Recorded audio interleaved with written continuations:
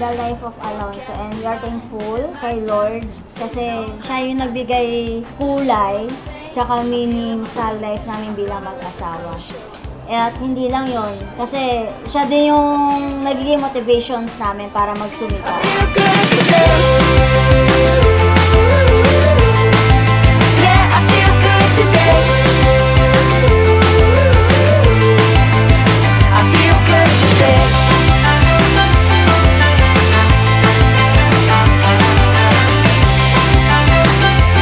Magsusumikap kami araw-araw para sa'yo, para magbigay namin kung ano yung comfortable life na deserve mo. At saka gagabayan ka namin sa hirap at saka sa saya ng buhay.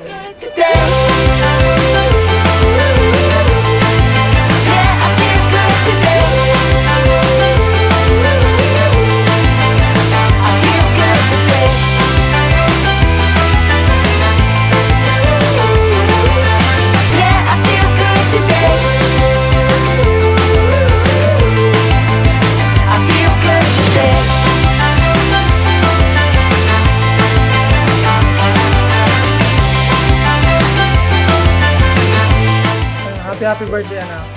Sana, kaya nasabi ko kanina, lumaki kang may takot sa Diyos at sa magulang. Kasi ang may takot sa Diyos at sa magulang, lumaki kang mabuting tao. Happy birthday, anak.